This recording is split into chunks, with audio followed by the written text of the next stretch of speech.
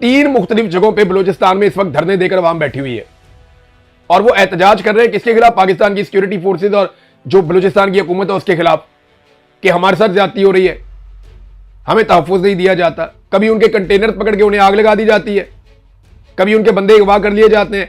अभी एक SHO और कुछ पुलिस वाले पैसे देकर वापस आए हैं, बातचीत कर पैसे देकर वापस आए हैं। यह सूरत हाल बलूचिस्तान में हो गई है। कानून की अमलदारी मुकम्मल तौर पर खत्म हो गई है, जंगल का कानून वहां पे बन गया और बलूचिस्तान पूरा जल रहा है। यह क्यामत बर्पा हो गई बलूचिस्तान पे। 27 घरों के अंदर तो सीधी सीधी लाशें गई हैं पुलिस वालों की। इसके अलावा अलग से शहादतें होती चली जा रही हैं। अभी बच्चे शहीद हो गए, थोड़ी देर पहले मैंने आपको बताया। तो अगर कामयाब ऑपरेशन है तो मगवी रिहा क्यों नहीं हुए? अगर दहशतगर्द फरार हुए तो वो 18 पुलिस वालों को अपने साथ कैसे लेकर चले गए? और क्वेटा की सराउंडिंग में दहशतगर्दों की अक्सरियत कैसे बढ़ती चली जा रही है? ये वो सवालात हैं जिनके हमारे पास अभी जवाब नहीं है। एक घिनौना खेल बलूचिस्तान में खेला जा रहा है और 1 2 नहीं 4-5 सोर्सेज ने मुझे यह बात बताई कि माजी में जो लोग जिनके सरों पे इनाम थे, जिन लोगों के जो जराइम पेशा है, दहशतगर्द हैं या जो स्मगलर टाइप के लोग हैं, उनको इकट्ठा करके प्रॉक्सीज तैयार की जा रही है कौम परस्तों के खिलाफ कि जनाब तुम इन लोगों को मारो, तुम्हें हम खुली छूट देते हैं, तुम कौम परस्तों को दबाओ, कौम परस्तों को मारो, उसके बदले में ये दावा किया जा रहा है। मेरे पास डायरेक्ट तुम्हें बलूचिस्तान में नहीं बैठा हुआ ना, लेकिन जो बलूचिस्तान में मेरे दोस्त हैं वो ये बताते हैं कि हम हैरान हो रहे हैं कि ऐसे लोग जिनके सरों के ऊपर इनाम था वो अब काफिले लेकर घूमते हैं, हथियारबंद होकर घूमते हैं और कौम परस्तों के खिलाफ तकारीर करते हैं और उन्हें लॉन्च किया जा रहा है कि जाके कौम परस्तों को मारो। भाई एक मलेशिया, एक ताकत या एक चीज को कंट्रोल करने के लिए आप दूसरी चीज क्रिएट करते हैं, वो मॉन्स्टर बन जाती है, फिर आप उसके साथ लड़ना शुरू हो जाते हैं, फिर आप तीसरी क्रिएट करते हैं कि हम दायरे में ऐसे ही घूमते रहेंगे हमेशा। क्या कभी इन चीजों से जान नहीं छुड़वानी? वो सहाफियों को इकट्ठा करके ले जाते हैं बार बार। अब ये लगातार गुज़िश्ता चंद महीनों से हो रहा है। हर दूसरे हफ्ते सहाफियों का एक वफद उठाते हैं, उन्हें जहाजों में बैठाते हैं, VIP तरीके से क्वेटा पहुंचा देते हैं और 1 2 और ये कभी तुरबत ले जाते हैं, कभी कहीं और। वो पूरा पहले सिक्योरिटी का बंदोबस्त, पहले पूरा स्टेज तैयार किया जाता है, सहाफियों को ले जाके वहां छोड़ा जाता है। देखिए आप ये वाली पहाड़ी पे चढ़ के देखें, आपको कोई दहशतगर्द नहीं नजर आएगा।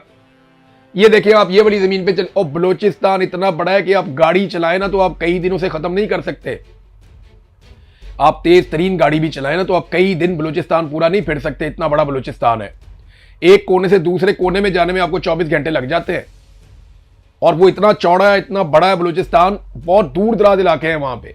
तो किसी एक एरिया में थोड़ा सा आप अमनो अमान कायम करके 10 20 30 किलोमीटर में आप सहाफियों को ले जाके वहां कहते हैं देखो जी कितना अच्छा है, वहां पे मकामी लोगों को बिठा के जी बात करें इनके साथ, आप वो इमेज बिल्डिंग कर रहे हैं। उनको लेकर जाओ, उन धरनों के अंदर मिलवाओ वहां पे लोगों से, उनसे पूछें वो के मसाइल क्या है, हालात क्या है। वो जो धरनों में लोग बैठे हुए उनकी बात सुनता ही कोई नहीं, कोई मीडिया उसको रिपोर्ट नहीं करता, किसी सहाफी को वहां जाने नहीं देते। वहां लेकर जाए ना जहां पे लोग धरने देकर बैठे हुए हैं, चमन के पास लेकर जाएं जहां पे लगातार ड्रोन हमले हो रहे हैं, लड़ाई बढ़ती चली जा रही है, वहां लेकर जाएं। बॉर्डर के साथ साथ फिर आए जहां पे ये सारी काश्त लगी हुई है, जहां पे सारी की सारी मंशियात की काश्त हो रही है, वहां लेकर जाएं। ब्राह्मचा की मंडी में लेकर जाएं जहां पे मंशियात की सबसे ज्यादा फैक्ट्रियां और पूरी दुनिया में मंशियात वहां से स्मगल होती है, वहां लेकर जाएं जहां पे कोकीन बनती है, वहां लेकर जाएं जहां पे अफीम बनती है, वहां लेकर जाएं जहां पे चरस और गांजा बनता है, वहां लेकर जाएं जहां पे आइस तैयार होती है। उन जगहों पे नहीं लेकर जाएंगे, ये लेकर जाएंगे वहां पे जहां थोड़ा सा एरिया बनाएंगे बेहतरीन टिप टॉप करके, वहां ले जाके सहाफियों कहते हैं कर दो। कभी बर्तानिया से ले जाते हैं, कभी यहां से ले जाते हैं, कभी वहां से ले जाते हैं, मुफ्त के टिकट देते जा रहे हैं, आओ जी आपको हम लेकर जाते हैं उन इलाकों में, जाकर आप बताएं बहुत अमनो अमान है। 42 लाशें गिरी है अभी मेरे लोगों की, कितना अफसोसनाक है।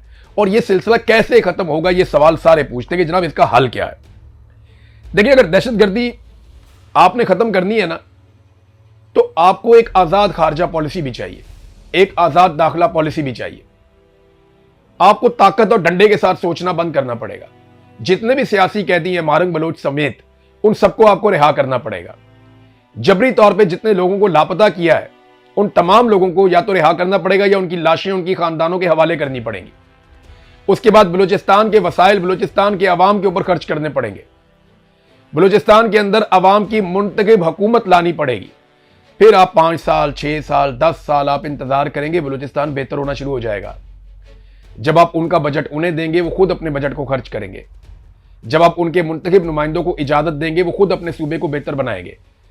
आपने 78 साल बलूचिस्तान के ऊपर जोर जबरदस्ती ताकत के साथ, डंडे के साथ, बंदूक के साथ हुक्मरानी करके देख लिया, कुछ ठीक नहीं हुआ, बल्कि बेड़ा गर्क हो गया हर चीज का।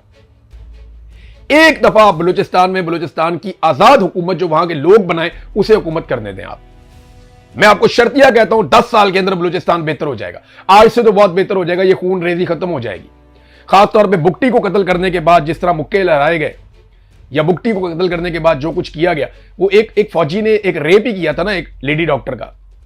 एक फौजी ऑफिसर था, उसने एक लेडी डॉक्टर का रेप कर दिया। बुगटी साहब ने मामला उठा दिया, उन्होंने कहा इसको सजा होनी चाहिए। मुशर्रफ साहब डट गए, नहीं मैं नहीं सजा होने दूंगा, मैंने देख लिया, मैंने पता कर लिया, ऐसा कुछ नहीं हुआ। जबकि वो सब हुआ था, मकामी लोग उसके गवाह थे। तो हुआ क्या, वो लड़ाई इतनी बढ़ गई कि बुगटी साहब को कत्ल कर दिया गया, अकबर बुगटी को। और अब तक लगभग 10-12 हजार लाशें तो हम उठा चुके हैं उसके बाद से लेकर अब तक, और लगातार ये सिलसिला जारी है। तो मारंग बलोच को छोड़ें, लापता अफराद को आजाद करें, मुंतखब नुमाइंदों के हवाले इक्तदार किया जाए, वसाइल वापस लौटाए जाए, दाखिला और खारजा पॉलिसी अवाम के मुंतखब नुमाइंदे बनाएं, तो यकीन रखें कि हालात बेहतर होना शुरू हो जाएंगे। ये इस तरह रहेंगे नहीं। एक और खबर नाज़रीन जो मैंने आपको कल दी थी, खैबर पख्तूनख्वा हुकूमत जो है वो मुराद पास कर रही है, सहाफ़ियों के ऊपर सख्तियां करने के कवानीन पास कर रही है। ये चीज़ों के ऊपर बहुत तनकीद हुई। पाकिस्तान तहरीक इंसाफ ने खुद सबसे ज़्यादा तनकीद की। अगर तनकीद के अंदर मैं आपको ग्रेडिंग करके दूं तो नंबर 1 सबसे ज़्यादा तनकीद खैबर पख्तूनख्वा की हुकूमत के इन अमाल के ऊपर पाकिस्तान तहरीक इंसाफ के नौजवानों ने और उनके अपने वोटर सपोर्टर्स ने सोशल मीडिया के ऊपर की, नंबर 1। नंबर 2 पे जो तनकीद की वो 2 नंबर तनकीद मीडिया के ऊपर की गई, और नंबर 3 के ऊपर जो तनकीद है वो दूसरी पॉलिटिकल पार्टीज कर सकी। उनका मुंह ही नहीं बनता, वो खुद ये काम करते रहते हैं सारा दिन।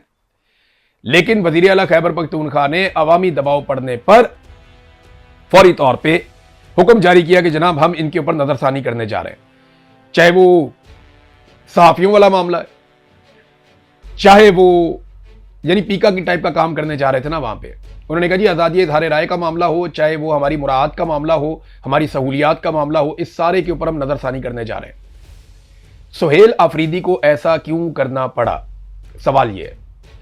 देखिए ना, उस वक्त जब पीटीआई के सपोर्टर ने पीटीआई के ऊपर हमला कर दिया था कि भाई ये तुम किस तरह के कानून पास करने जा रहे हो, तुम अपने लिए हलवा इकट्ठा कर रहे हो, अवाम अजाब में पड़ी हुई है, इमरान खान जेल में पड़ा हुआ है, तुम मौजें कर रहे हो। तो जब पाकिस्तान तहरीक इंसाफ का वर्कर पीटीआई को पड़ गया था ना इतने मुश्किल हालात में, उस वक्त नून लीग का वोटर जो है वो रजा डार को डिफेंड कर रहा था, इसहाक डार का नवाज साहब, कि रजा डार ने रेप किया तो क्या हुआ, या करवाया तो क्या हुआ। ये फर्क है आज पाकिस्तान तहरीक इंसाफ। मैं बड़ा खुश होता हूं ऐसी पॉलिटिकल पार्टी से।